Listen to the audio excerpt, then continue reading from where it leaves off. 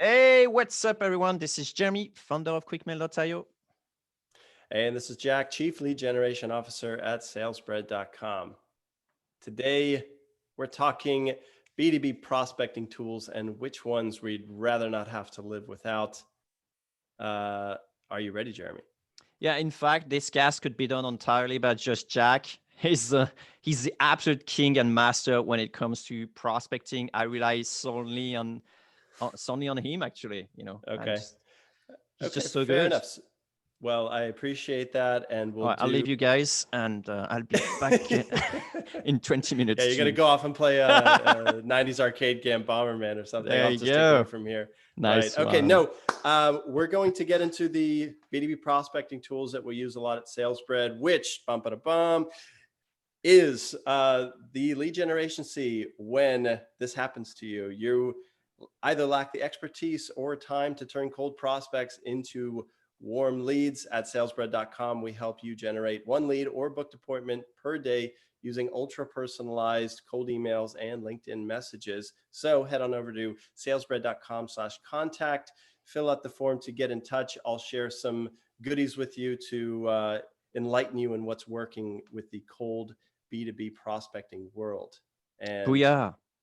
booyah, Yeah. Jeremy, hit us. Yeah, so for those who don't know Quick, I'm not sure there are a lot of those listening to us, but if you don't know what it is, this is an advanced cold email outreach software. So you want to check it out. And especially we have the auto warmer that is completely free you could use, where a lot of other people are charging you for. We actually give you that for free for two reasons. The first one is we want you to be more successful with cold outreach, and therefore we want you to have a good deliverability because that's our software. And the other reason is that the more people are in our auto warmer, the better it is for everyone, because there's a bit of a network effect here where you're sending emails to other inboxes that you haven't contacted before. So that's it. Without further ado, Jack is going to introduce us to the best prospecting tools. Yeah. Okay. Thanks, Jeremy. So, um, to kick things off, prospecting is, in some levels, the only thing that I will never outsource, in addition to copywriting. So, copywriting and certain elements of prospecting, I'm always going to do probably. Yeah, because I'm Um, outsourcing prospecting to a guy called Jack or something like that, yeah. right? And Yeah. I'm So, happy so with no, that. it's, thank you. Yeah, so prospecting is one of these make or break elements to a campaign, like Okay. copywriting. So I I want you to listen to the tool set here and maybe think of it like, I've been thinking about these ingredients. Each tool is an ingredient, and you are the chef of your outbound campaign. Now, you may have cooks that help you acquire and fine tune things, but the chef is going to create the recipe, the Can I filters, if you will. just go to McDonald's and order a hamburger? Is You that okay? So that's database, right? Or that's like lists, thing lists. yeah, right. Okay, so what you're saying is The like, can't you fast just food get of a list? prospecting. Can't you just prospect anywhere? That's Hell right. no, you can't, Mm. because if you get cheap data or old data or incorrect data, no chance of success, It's gonna be even the if your bouncy messages are castle. amazing. Right. Yeah, exactly. So keep that in mind. You should pay a lot of money for your B2B prospecting tools just because you can't quite go without them. Conversely, you can just hire an agency that already has them, like SalesBread. But here's number one here. Here's what I'd Okay. rather not live without for B2B prospecting. And don't freak out. It's technical, but I don't care. I think it's very, very important. It's my number one thing, and that is Scrappy and Python, the web scraping framework. Right. So you Oh, don't. Puppeteer and Ruby. Yeah. Or Selenium. That's Right. right. Another one. These are browser automation tools, kind of, sort of. Scrapy is not. It's not loading many things, which means it's crazy fast. It also has limitations on what websites it can get access to. Yeah. So because of that, Puppeteer or Python Pipeteer, or Selenium, there's a lot of options here. They are crazy technical. If you're listening and you don't know what any of them mean, I'll break it down. The only thing you have to worry about is find someone who understands this and have a chat with them. Explain to them what you are looking to extract from the internet. Yeah, that could be, Fiverr, $5 an hour kind of thing, or $20 an hour, on your Yeah. Upwork.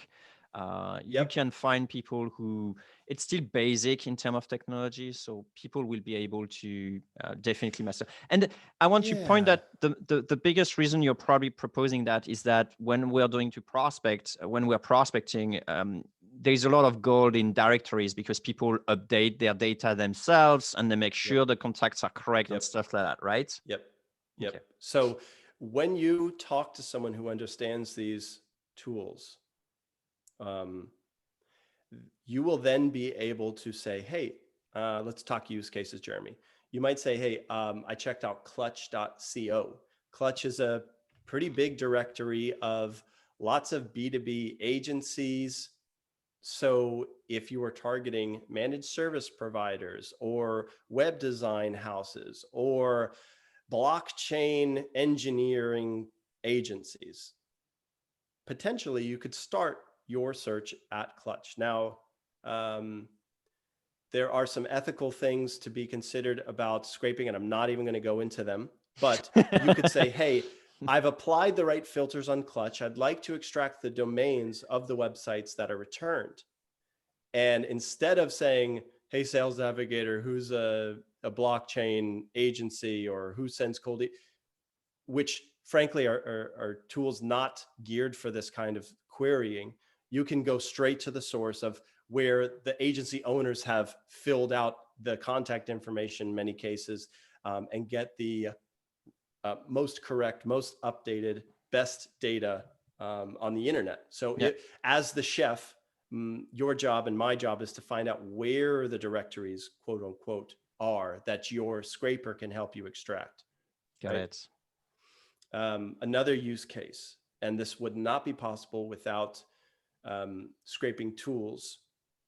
If you want to, let's say, oh, this is interesting. Okay, so let's say, Jeremy, you wanted to sell a service or a product to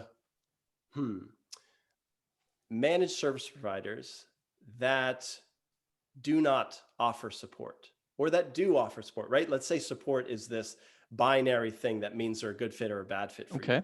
Well, you could start with 10,000 of these MSPs in the US, thanks to Clutch, thanks to other directories, and then filter those down using Google and Python. So you could, again, probably Larry Page and the rest of the Google team would say, if you do that, we're going to, I don't know, it doesn't matter to me. I'm willing to take that risk because you're able to programmatically query Google and say, for example, site : and then drop in that MSP's website. And you could say, if support is mentioned or if 24-hour is mentioned, we're going to flag them. Yeah. And you can use that to do some list building processes that nobody else can touch. It's kind of like the coolest thing. Because I like this yeah, approach go ahead. because most people are just working with the raw data and they do the spray and pray type of approach because, oh, I got my 10,000 list. I don't know which one is going, but I think it's a little bit lazy at this end where you're trying to refine. So you're working with your ingredient and then you keep on refining and then you end up like, with a great, that's right. A great recipe. Yeah. And it also gives you things that you could talk about in the campaign. So I'll give you another example. We once were looking for tools that had, I'll make something up here, really slow interfaces. Okay, so the website was I got it. pretty slow. The tool was really slow. So we went over to G2 Crowd and Capterra, and thanks to Scrapey and Python, we extracted every single tool that had a review that mentioned the word slow to load or slow loading or I'm going to die, it's so slow or whatever. We had a bunch of queries and it just spat out a couple hundred really slow tools. And so let's imagine the client was selling something that sped up applications. Wow, have you just built yourself a nice hit list? Yeah, yeah, And yeah. by the way, you don't have to pay ZoomInfo's crazy high prices for that data. You just need to be a little hacky and know how to harness the internet and output the gems, the hot prospects. So I would rather not live without web scraping tools like Scrappy Python, Pipetteer, Data Miner, import.io. There's a whole slew of them, but I encourage you No to excuses. explore. Yeah, that's really the secret sauce. So what's kind of fun is once you appreciate that you can pull anything out of the internet and Google and all that, then you can say, okay, so how do we, you could start with a giant list of companies that are all right. And then you say, okay, let's refine this. Let's plug them into this scraper. Let's score these accounts. And now you're really cooking, right? I like this chef sort of analogy here. You Now, should, for the listeners, we're both foodies. So that's probably yes, why. this is probably why, which makes sense. So why not? Yeah, Okay, the speaking pandemic of, is hard on us. Yeah. yeah, but I am a good cook. And sales bread, a lot of people don't know this. I am a baker. That's right. I like sourdough. Sales bread sort of got inspired. I Strangely wanted enough, to Jack have, never actually sent me a bread. I think we should move on. goodness. We can move on. All right. So speaking of starting with a whole bunch of accounts that you will then further refine, Right. I'm going to mention a couple tools that are nice starting points for finding accounts. I'm looking at Crunchbase and I'm looking at ZoomInfo. I respect the data that they find, although there are some limitations to each. So let's look at Crunchbase. If you're targeting anything around funding as a signal, get Crunchbase. It's not that expensive. And I've found that fintech labels aren't super easy to find in other B2B directories. Crunchbase has a nice tag. How they go about tagging that sounds like 80% automated, but there is a human element to that because fintech can be financial services, banking, investment management. Oh, I like Crunchbase because they're able to put labels on stuff, biotech or just segments that otherwise would be tricky to find. I Right? guess there's plenty of other tools like the Ninja Turtles. Everyone is specialized into one thing. So for Crunchbase, it will be for Yeah. startups. For Yeah. So that's a good point, Jeremy. So look, if you're in the e-com space, like you I've could probably talked to a also number. get Dribble, or if you were looking for Exactly. designers or stuff Designers. like that. So I guess all of those Exactly. sort of like mini directories GitHub for actually. developers. GitHub is Yes. fantastic, yeah, for developer, absolutely, yeah. It's easy to So scrape as well, by the way. They got the API. They actually let you do that in a sense, which that's is great. perfect. Yelp, same story. So if you're going brick and mortar, I'm in Yelp's API and having a lot more productive hours there than elsewhere. I mean, Google Maps potentially, but you get the idea. So if you are in a niche, I recommend that you do some searching because there's probably a directory that owns that space already, which would make your life a lot easier. So think Store Leads. I think it's storeleads.com has very good data on e-commerce like Shopify stores or Magento. They've done a lot of the hard work already. Sure, you'll pay some extra money, but worth it. It can save BuildWiz you a as whole bunch well. of time. Yeah, BuildWiz is another Yeah, one built for with. technology, website using certain technologies. Agreed. So I want to talk limitations on Crunchbase and ZoomInfo. Crunchbase, though, I mentioned the good. The bad is they're going to come up dry on a number of verticals. So I think they're horrible for brick and mortar kind of businesses. They excel in the startup world, right? Ditto that for AngelList. When was the last time you heard a baker saying we raised a round of angel investment? We got 100K. Yep. Does that happen often, right? Yep. Right. So right tool for the right, yeah. Right job. Exactly. You need the right tool. So Crunchbase is also terrible finding people. So yeah, if like Elon Musk you'll find he's the founder tied to Tesla, but for smaller companies, forget it. It's just an account sourcing tool. ZoomInfo, on the other hand, they're doing Look, they're a lot more expensive. I mean, cost prohibitively expensive for many, I mean, even agencies that I How talk to. much are they But roughly? yeah, so Because they probably also have you some can go on discounts and Quora, stuff, but type in that question on Quora, and people will say like what rates they've been able to negotiate ZoomInfo down to. So the interesting. advertise, so they don't share pricing online, Of course not. but yeah, but when you call, they'll give you one price. If you, I don't know, bargain with them, they'll give But you another. But it, it what's the it range can like be roughly? like I know of some people paying close to 50 grand a year to get access to ZoomInfo. Yeah, that's pricey. Yeah, it's But it pricey. could be worth if your contract is about 50 grand. There you go. That's the idea, right? So what does ZoomInfo do well? I like their intent data. So I think more and more and more and more of outbound is moving to this, like finding out which accounts are already searching for your solution and then approaching them quickly. So I think we're only going to get smarter regarding intent data. Okay. So my feeling is it's better to get on this train early. There's a number of other providers for intent data. There's Bombora, who's not as expensive as ZoomInfo.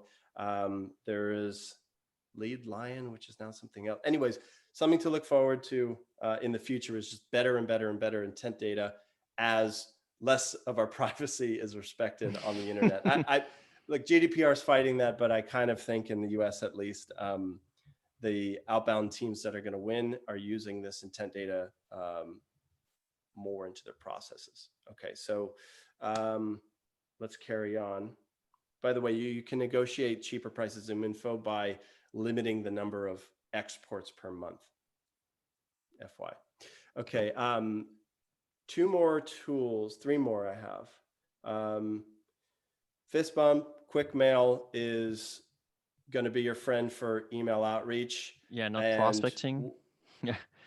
what? And prospecting. No, I Yeah. wasn't saying for prospecting. That's the point. It's like, it's not. Well, yeah. I mean, prospecting, some people define it as like the process of engaging cold, potential clients. So Got you it. will need to approach people. So I do like how there's a free auto warmer because deliverability is such a pain to get right.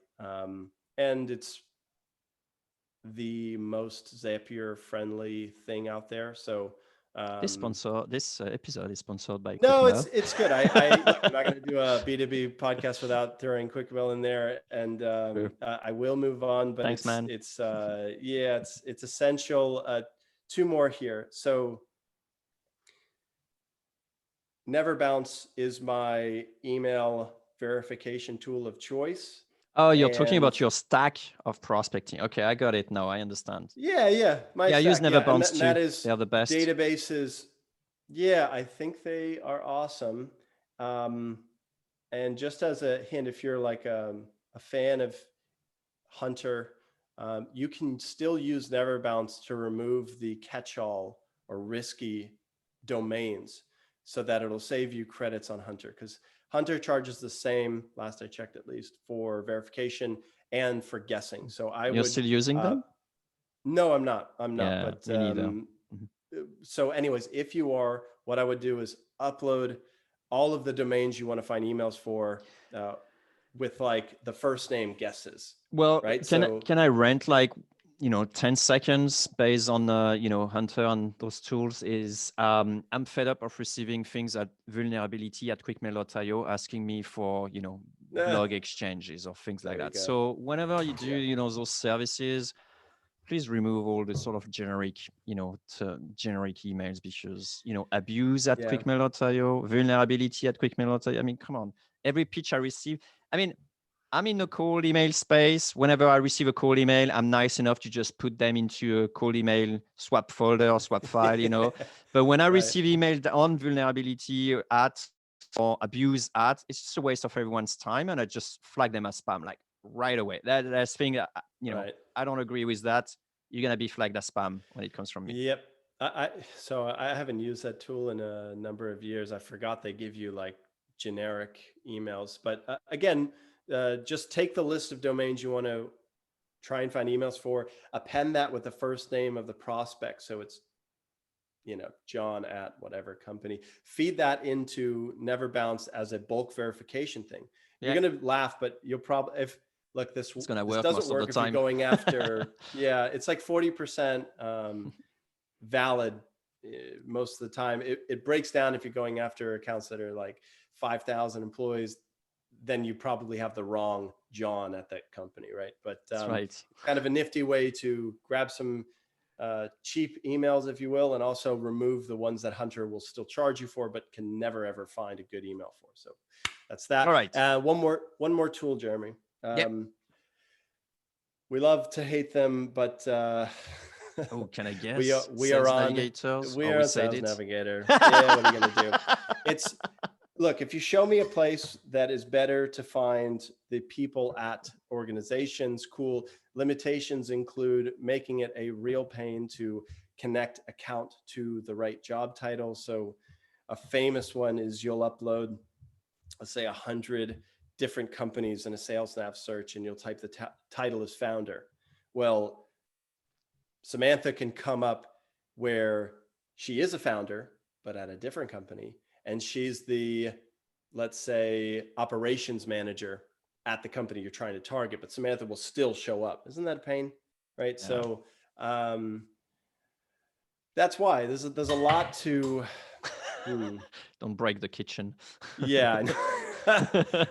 There's a lot lacking with sales nav, but it is still the most like user updated place for employment stuff for the most part. Yeah, it's the sort of The like only go-to exception, place, right? It's yeah, like the fast food yeah. of prospecting. So I mean, they could just do so much better job. I think they're afraid of making it very, very friendly for prospectors and getting even more solicitations on the platform. I think they're kind of making it a pain on purpose, keeping people like us busy at cracking it. Yeah, If it was, they're making money between a rock and a hard place. yeah, well, what do you mean? Well, it's like they can't really go too much on one direction, otherwise they won't get money, and they Correct, can't go too much in the correct. other direction, otherwise they won't get the I user. So mean, it's like they're in yeah. between those two spaces, and I think they're just printing money. And I won't see, I won't, we probably won't see much innovation coming from them, and that's okay.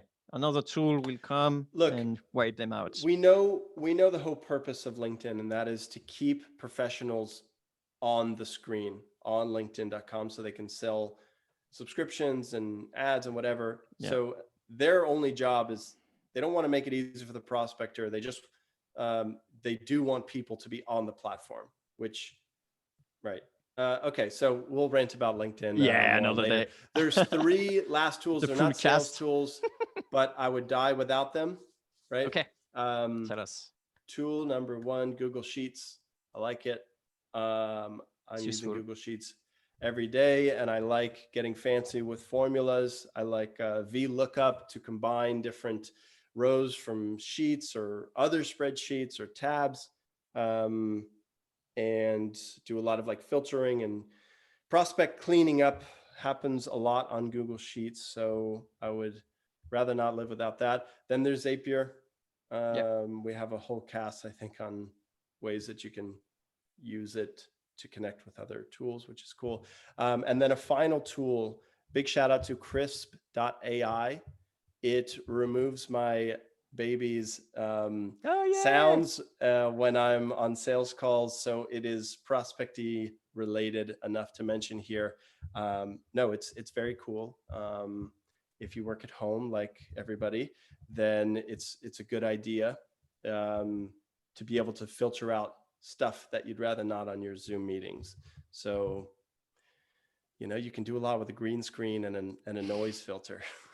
Yeah, you're not in Tokyo right now? Kyoto, thanks for asking. Oh, Kyoto, sorry. Yeah. Okay. Yet I dream. That's it for me, Jeremy. I got no more tools.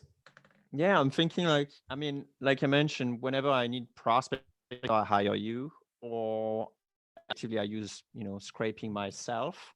Yeah. Then in my stack, I got like you, G Suite, obviously QuickMail. I do also use HubSpot that I actually link with Zapier in order to, whenever I have a reply, it goes automatically into my CRM. One of the useful thing is because I got two main campaigns. And so I also add the name of the campaign directly into HubSpot. So whenever I jump on a call with a prospect or someone book a time with me, then I look quickly at what campaign are they coming from. So I know, what was their Mm, interest. Super helpful. And Calendly, of course, because obviously people need to book mm, me. And I think that's about it, really. You don't need much, and Zoom to make the call. And that will be true. how I do. I'll go about. Yeah. But I think, you mentioned that you will put build put together a scraper for the occasional project, but I think Yep. it's just a testament to how powerful that can be. I mean, it works for any website pretty much. Yep. And it gives you everything that the eyes can see, but just a lot faster. And Yeah. I hope this interview style podcast inspired the one that's still paying a VA to manually pull information from sites. I think that still happens. That works too, honestly. Because No. there is a big setup in scraping, and that's the pain point. It's like for running joggers, it's like Hmm. the people who don't like running, they're gonna say, oh, I need to put my shoes, I need to put my equipment and so on. And the people who like running, they just don't even think of this thing because they're like, oh, I just put my shoes and I Mm-mm. go on. And I think that's Mm-mm. exactly the same thing. People who are not technical necessarily, they don't necessarily like to No, put all no, no, those no, no, no. things in place. I have to disagree, and here's why. Great. So, okay, so the reason I disagree is because if you have a VA helping you manually scrape stuff, you went through the process of hiring someone, explain the job, and set them off. It's a fair point. Fair point. Now, I think you could have just done that way faster, way cheaper if you were talking to a developer instead of a VA, right? Oh, okay. No, no, You that still works. gotta, No, no, no, you no. know, Then I'm okay if this is by VA or someone else doing it. So no, I'm totally okay. Then Jag is yeah, entirely right. Just hire the developer to do it. And at the end of the day, you don't even need to know yeah, how they will do it because you yeah. don't need to maintain that technology. You just need the results. True. So you're That's the good. that's the beautiful. That's That's the the beauty. the chef. The cook can worry about how much salt to add, but the chef just knows this is where the best seafood is from, and we're gonna. I don't know. Doesn't the one exception as we go off on this tangent is if you are pulling data that is going to stump a machine. So look at this website and make sure that they are like a mom and pop. We want to make sure that they don't have this corporate feel already because we're trying to up, or go to this website and make sure it's bad because we're going to sell a service that Hmm. is for websites that, I mean, granted, you could say like which ones aren't mobile friendly, and that's a binary thing a machine can do, but Taste is that different. is, Yes, I agree. taste is Taste and different, right? yeah. Speaking of taste, we have a course.quickmail.io that you can Speaking of try out. taste. You can taste, have a Oh, sample great. There we go. for 30 days. Yeah, give it a go. It's where we dump our best cold email practices and outreach strategies. For example, we've got a shiny new module on how we do personalization. Hmm. And if you've ever wondered, what the heck can I say to this person? The LinkedIn account's basically empty and the website hasn't been updated in ages. There's answers for that. And it's pretty much everything that we thought was crucial to winning and automating this thing at the end of the day, outsourcing and automating so that you got this nice little lead generating machine. That's right. And you can find that at course.quickmail.io.